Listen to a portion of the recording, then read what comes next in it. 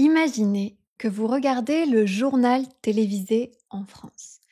La politique est un sujet qui va beaucoup revenir. Les journalistes en parlent énormément et vous allez sûrement entendre des mots comme l'Élysée, Matignon ou le Conseil des ministres. Est-ce que ces mots vous disent quelque chose? Est-ce que vous les avez déjà entendus? Aujourd'hui, je vous propose une petite balade avec moi dans les rues de Paris pour découvrir ensemble ces institutions politiques françaises.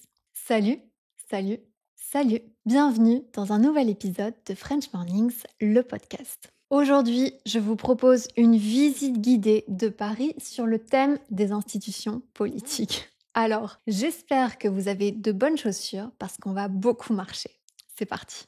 Avant de commencer, je vous conseille de télécharger la transcription PDF de l'épisode que vous trouverez dans le lien de la description. Ce PDF ne contient pas uniquement la transcription, mais aussi une liste du vocabulaire et des expressions importantes pour approfondir tout ce qu'on va voir ensemble dans cet épisode. Vous y trouverez même un quiz de compréhension pour vérifier que vous avez bien tout compris. Allez!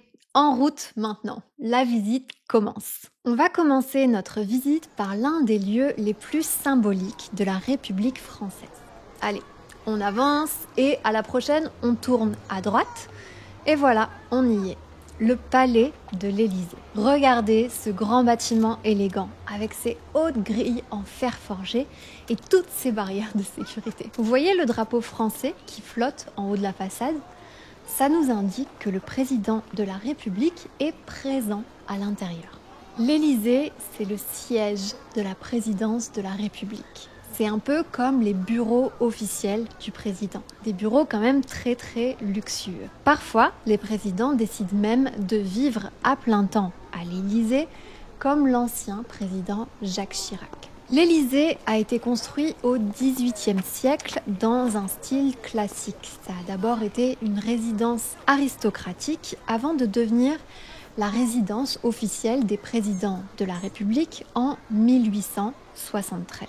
Aujourd'hui, c'est le centre du pouvoir exécutif, le centre du gouvernement. Vous avez peut-être entendu parler du Conseil des ministres. C'est ici qu'ont lieu leurs réunions tous les mercredis. Pendant ces conseils, le président, entouré des ministres de son gouvernement, débat, discute des affaires du pays. Et les décisions prises ici peuvent ensuite avoir un impact direct sur la vie quotidienne des Français. Est-ce que vous connaissez le nom du président actuel? Je pense que oui. Il s'appelle Emmanuel Macron. Ce qui est intéressant en France, c'est que contrairement à d'autres pays européens où le Premier ministre est au centre du pouvoir, comme en Espagne ou en Allemagne, en France, c'est le président qui joue le rôle principal. La Constitution de la Ve République, qui a été adoptée en 1958, a été conçue pour donner de larges pouvoirs au président, pour lui donner beaucoup de pouvoir. Et c'est Charles de Gaulle qui est à l'origine de cette constitution. Il disait que le président devait être la clé de voûte du régime. Une clé de voûte en architecture, c'est la pierre centrale d'une arche, celle qui fait que la structure peut tenir. Avec ce système, on parle de régime semi-présidentiel. Bien que le Premier ministre ait un rôle important, c'est souvent le président qui a le dernier mot sur les grandes orientations politiques. Le président peut, par exemple, dissoudre l'Assemblée nationale et organiser de nouvelles élections. Et c'est ce qui s'est passé cette année, en juin 2024. Pendant 2 mois, la France était dans une période de flottement politique, d'incertitude politique, la plus longue de la Ve République. Après la dissolution de l'Assemblée nationale, le gouvernement en place était démissionnaire, c'est-à-dire qu'il avait rendu sa démission, qu'il avait annoncé qu'il renonçait à ses fonctions. C'était un gouvernement qui ne pouvait pas gouverner, ni prendre de décisions importantes pendant toute cette période. Et la question se pose donc parfois, qui détient, qui possède vraiment le pouvoir en France? Est-ce que c'est le président ici à l'Élysée ou bien est-ce que c'est le Premier ministre? Et on va donc continuer notre parcours pour répondre à cette question. On va maintenant traverser la Seine, le fleuve de Paris, en prenant le pont Alexandre III. On va continuer à marcher dans les rues du très calme 7e arrondissement. C'est un arrondissement où vous allez croiser beaucoup de gens qui promènent leurs chiens sur les grandes pelouses en face des Invalides. Et ça y est, on est arrivé rue de Varennes. Nous voilà devant l'hôtel Matignon, ou plus simplement appelé aussi Matignon. C'est un grand hôtel particulier entouré de superbes jardins. Matignon est moins grandiose, un peu moins luxueux que l'Élysée, mais c'est tout de même un lieu de pouvoir majeur. C'est la résidence du Premier ministre, du chef du gouvernement. Le Premier ministre est responsable de l'application des lois votées par le Parlement. Et c'est ici qu'il gère les affaires quotidiennes du pays, souvent dans l'ombre du président. Il peut parfois arriver qu'il y ait ce qu'on appelle une cohabitation, c'est-à-dire que le président et le Premier ministre appartiennent à deux partis qui sont politiquement opposés. Et c'est ce qui aurait pu se passer cette année. Quand Emmanuel Macron a dissous l'Assemblée nationale, on a dû organiser de nouvelles élections législatives pour élire les nouveaux députés. C'est l'alliance des partis de gauche qui est arrivée en tête à ces élections. Des partis opposés à la politique qui est plutôt très à droite d'Emmanuel Macron. Suite aux résultats des élections, les partis politiques de gauche ont donc proposé de nommer quelqu'un issu de la gauche en tant que Premier ministre. Mais Emmanuel Macron ne les a pas écoutés et a choisi un Premier ministre qui est issu d'un parti de droite, qui est l'un des partis pourtant qui a fait le plus mauvais score à ces élections législatives. C'est pour ça que c'est très compliqué de gouverner en France en ce moment, puisque le parti d'Emmanuel Macron n'a plus la majorité absolue à l'Assemblée nationale, mais aucun autre parti non plus. Et c'est donc cette situation qui lui a permis de garder une certaine influence en nommant un Premier ministre de son choix, malgré le résultat des élections. On a parlé un peu de l'Assemblée nationale et on va continuer justement vers un nouveau bâtiment en longeant la Seine. Les quais sont vraiment l'un des meilleurs endroits pour une longue balade à Paris. C'est vraiment dans mon top des recommandations. Il y a toujours beaucoup d'animations et dans ce quartier, il y a même un groupe de personnes qui se réunissent pour faire du skateboard et qui dansent en même temps sur leur planche et c'est très impressionnant. Et regardez, on est déjà arrivé devant ce qui ressemble à un temple grec. Est-ce que vous voyez ce qui est écrit tout en haut ? Assemblée nationale.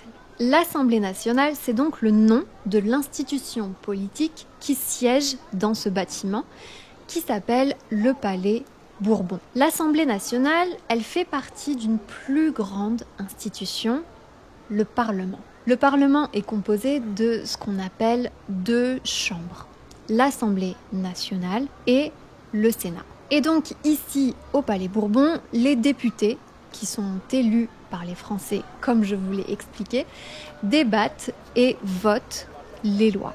Donc si l'Élysée est le centre du pouvoir exécutif, l'Assemblée nationale, c'est le cœur du pouvoir législatif. Qu'est-ce que ça veut dire exactement ? Les pouvoirs législatifs et exécutifs sont répartis entre différentes institutions en France. Le pouvoir exécutif, c'est le pouvoir d'exécuter les lois, de les faire appliquer. Et en France, il est détenu par le président et le Premier ministre, par l'Élysée et par Matignon. Le pouvoir législatif, c'est le pouvoir de faire les lois. Et l'Assemblée nationale partage ce pouvoir avec le Sénat. Mais c'est ici, à l'Assemblée nationale, que la plupart des décisions législatives sont prises. On va faire demi-tour maintenant et revenir en arrière, revenir sur nos pas. On va prendre maintenant le boulevard Saint-Germain. Et oui, je vous avais prévenu que ça serait une longue visite. On va arriver au dernier monument dont je veux vous parler, le Palais du Luxembourg. Je vous ai dit juste avant que le Parlement était composé de deux chambres, l'Assemblée nationale et le Sénat? Eh bien, il est ici. Le Sénat se trouve dans le magnifique palais du Luxembourg. Et je vous conseille d'ailleurs de visiter les jardins si vous le pouvez, qui sont vraiment, vraiment très beaux. Le Sénat, c'est ce qu'on appelle la chambre haute du Parlement.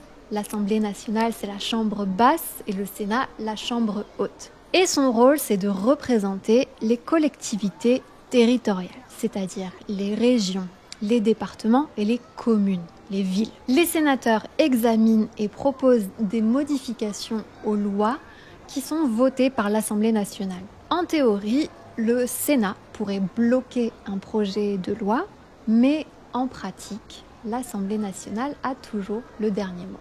Ce qui est intéressant, c'est que le Sénat, contrairement à l'Assemblée nationale, n'est pas élu directement par les citoyens, ils ne sont pas élus directement par les Français.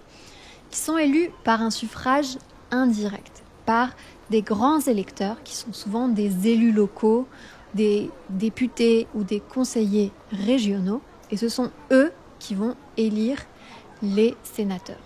Et c'est donc une institution qui est un peu plus distante du peuple, un peu plus distante des citoyens que l'Assemblée nationale.